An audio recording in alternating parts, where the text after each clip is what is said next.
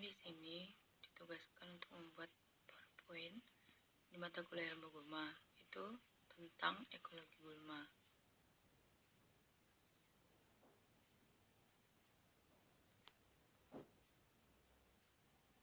Di mana kelompok kami yang beranggotakan Sinta Mulyana, Fadila Zikra, dan Radika Gusti Permatanega.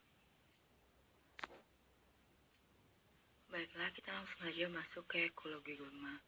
Ekologi gulma adalah ilmu mempelajari mekanisme adaptif yang memungkinkan gulma tumbuh subur dalam kondisi gangguan tanah yang maksimum.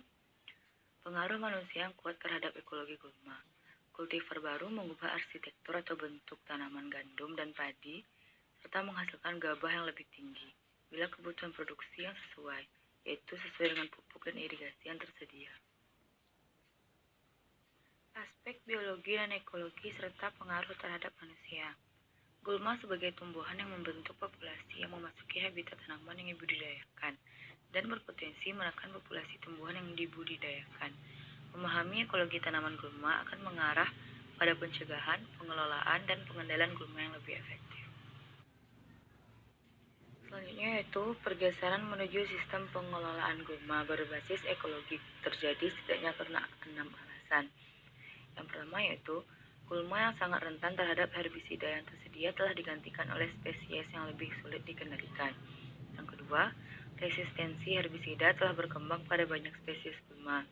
Yang ketiga, beberapa gulma resisten terhadap beberapa herbisida. Yang keempat, resistensi ganda terhadap herbisida dari keluarga kimia dengan metode tindakan berbeda telah terjadi. Yang kelima, ada masalah gulma dalam pertanian monokultur yang tidak dapat diselesaikan dengan mudah dengan teknik pengelolaan saat ini.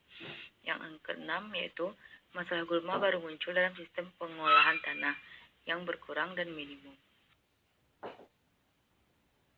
Selanjutnya ada interaksi lingkungan. Interaksi lingkungan ini ada 3, gulma dan iklim, gulma dan biota, serta faktor edafis. Yang pertama yaitu gulma dan iklim. Faktor penting yang menentukan interaksi ekologi gulma adalah cahaya, suhu, air, angin, kelembapan, dan aspek musimannya seperti iklim. Interaksi yang kedua ada gulma dan biota. Asosiasi gulma dan tanaman sangat ditentukan oleh tingkat persaingan yang ditawarkan oleh tanaman dan gulma tertentu. Ini juga ditentukan oleh operasi budaya dan praktik rotasi yang terkait dengan setiap tanaman. Interaksi yang ketiga yaitu faktor edafis. Edafik berasal dari bahasa Yunani yaitu edapos yang berarti tanah, air tanah, aerasi, suhu, pH dan kesuburan, dan sistem tanam serta praktik terkait yang diterapkan pada tanah menentukan gulma bertahan hidup untuk bersaing. Selanjutnya ada asosiasi gulma. Asosiasi gulma dan tanaman sangat ditentukan oleh tingkat persaingan yang ditawarkan oleh tanaman dan gulma tertentu. Ini juga ditentukan oleh operasi budaya dan praktik rotasi yang terkait dengan setiap tanaman. Selanjutnya ada faktor-faktor yang berkontribusi pada asosiasi gulma, yaitu yang pertama, kesamaan ukuran benih. Jika ukuran benih gulma serupa dengan benih tanaman, bisa menjadi pendamping yang umum dan tidak terlihat saat menanam. Yang kedua, gulma berbunga dan berbiji sebelum tanaman dipanen. Hal itu dapat memastikan kehadirannya pada tanaman berikutnya. Yang ketiga, ada waktu berkecambahan dan penentuan benih. Jika benih gulma berkecambah tepat sebelum atau hanya sedikit setelah benih tanaman, peluang keberhasilan persaingan gulma akan meningkat. Selanjutnya ada siklus hidup gulma. Gulma yang siklus hidupnya mirip dengan tanaman biasa akan menjadi pesaing yang lebih sukses daripada gulma yang siklus hidupnya jauh lebih pendek atau lebih lama daripada tanaman yang diasosiasikannya. Gulma menciptakan dan menempati ruang atau relung ekologis dan mengubah lingkungan melalui perkecambahan, pertumbuhan, dan kematiannya. Mereka mempengaruhi kelembapan, suhu, suplai nutrisi, dan pada akhirnya bahan organik yang ada di tanah. Gulma ada aktif, tidak pasif, menjadi partisipan dalam lingkungan pertanian. Selanjutnya ada persaingan tanaman. Persaingan tanaman merupakan bagian dari ekologi tumbuhan. Persaingan antara tanaman dan gulma adalah alasan mengapa gulma harus dikendalikan.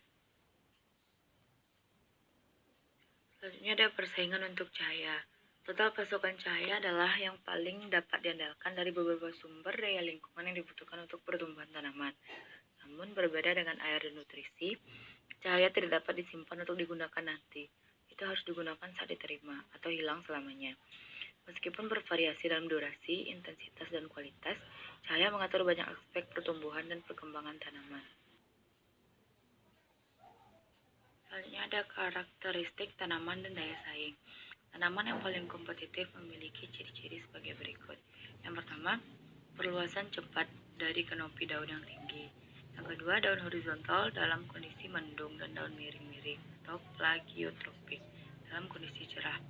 Yang ketiga, daunnya besar. Yang keempat, jalur fotosintesis C4 dan transmisivitas cahaya daun rendah. Yang kelima, daun yang membentuk susunan daun mozaik untuk intersepsi cahaya terbaik.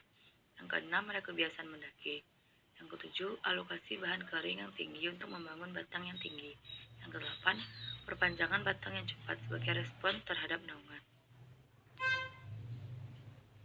Manfaat gulma bagi manusia.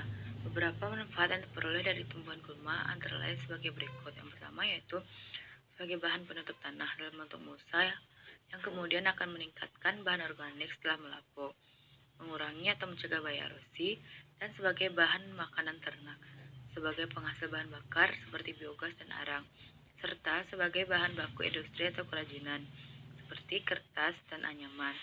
Selanjutnya, sebagai media tumbuh, jamur, merang, atau gulma air. Dan yang terakhir, sebagai bahan obat-obatan tradisional.